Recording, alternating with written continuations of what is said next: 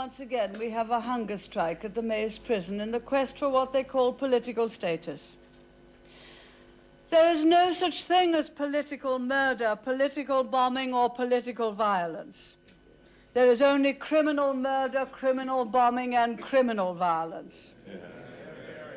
We will not compromise on this. There will be no political status.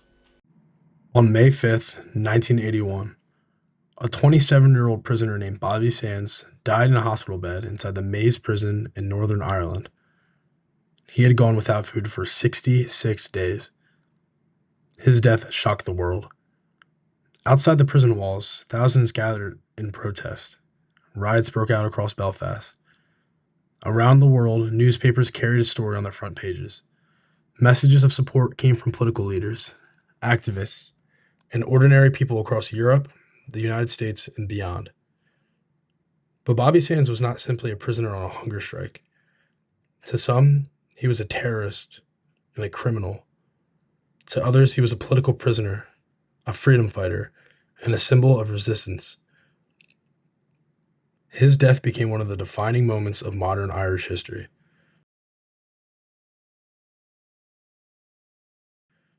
The 1981 hunger strikes were more than a prison protest. They represented a battle over identity, political legitimacy, and the future of Northern Ireland. To understand why 10 men were willing to die, it is necessary to understand the conflict that shaped their world. The hunger strikes took place during a violent period in Irish and British history known as the Troubles. The Troubles began in the late 1960s and lasted for nearly 3 decades.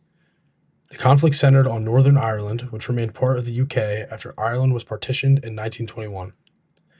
Northern Ireland was deeply divided. On one side were Unionists and Loyalists, most of whom were Protestant and wanted Northern Ireland to remain part of Britain. On the other side were Nationalists and Republicans, most of whom were Catholic and wanted Northern Ireland to reunify with the Republic of Ireland. Tensions grew because many Catholics faced discrimination in housing, employment, and political representation. Inspired by civil rights movements around the world, Catholic communities organized peaceful marches demanding equal treatment. These protests were often met with violence. As conflict escalated, British troops were deployed to Northern Ireland in 1969. What began as civil unrest soon became an armed conflict. The Irish Republican Army, or IRA, emerged as one of the central groups fighting against British rule. The British government viewed the IRA as a terrorist organization. The IRA viewed itself as an army fighting a war for liberation.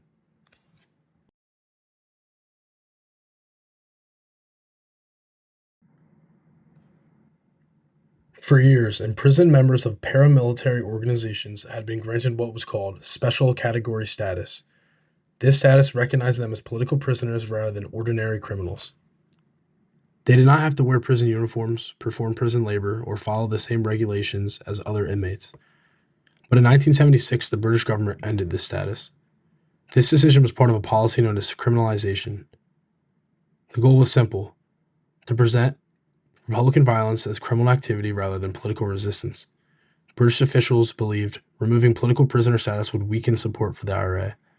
Prime Minister Margaret Thatcher's government wanted to make one thing clear: there would be no political recognition for those convicted of violence.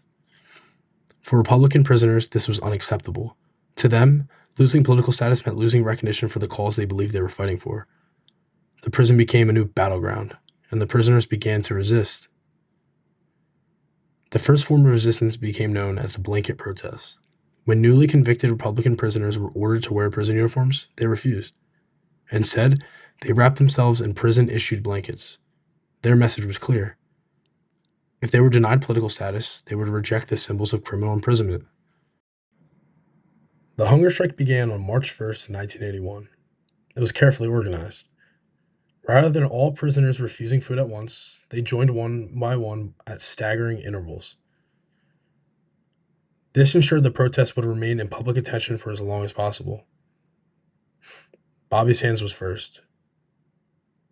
The prisoners demanded 5 basic rights: the right not to wear prison uniforms, the right not to perform prison labor, the right to associate freely with other prisoners, the right to educational and recreational activities, and the restoration of remission, meaning reduced sentences for good behavior. Conditions quickly worsened. Prison officers often used force to remove prisoners from their cells for washing or bathroom visits. In response, prisoners escalated their protest. This became known as the Dirty Protest. Prisoners refused to leave their cells. Without access to proper sanitation, they smeared human waste on the walls and poured urine under cell doors. The conditions inside the maze prison became horrific. Cells were cold, filthy, and overcrowded. Yet the prisoners continued. They believed suffering was necessary to expose what they saw as British oppression. After years of protest without meaningful concession, they turned to the most extreme form of resistance available: the hunger strike. At its core, the hunger strike was about recognition. The prisoners wanted acknowledgement that they were political actors, not common criminals. As days passed, Bobby Sands' health deteriorated rapidly. But during the strike, something remarkable happened. He was elected to the British Parliament as the Member of Parliament for Fermanagh and South Tyrone. His election sent a powerful message. Thousands of voters had supported a man dying in prison. It proved the hunger strike had become more than a prison protest. It was now an international political crisis. Despite growing pressure, Margaret Thatcher refused to negotiate. She famously declared, "Crime is crime is crime. It's not political." For Thatcher, conceding would legitimize political violence. For the prisoners, refusing to concede meant death. On May 5th, 1981, Bobby Sands died. He had survived 66 days without food. His funeral drew more than 100,000 mourners. He was first to die. 9 more men followed. Francis Hughes, Raymond McCreish, Patsy O'Hara, Joe McDonald, Martin Herson, Kevin Lynch, Kieran Doherty, Thomas McElwee, and Michael Devine. Each death intensified public outrage. Mass demonstrations erupted across Ireland. International protests took place in cities including New York, Paris, and Rome. The Vatican expressed concern. Political leaders condemned the British government's refusal to compromise. To supporters, these men were martyrs, but to opponents, they were extremists who had chosen death. The world watched as Northern Ireland's conflict became impossible to ignore.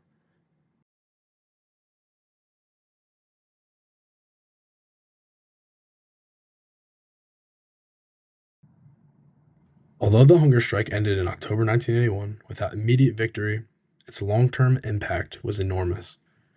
The strike transformed Irish Republican politics, convinced many leaders that political participation could be as powerful as armed struggle.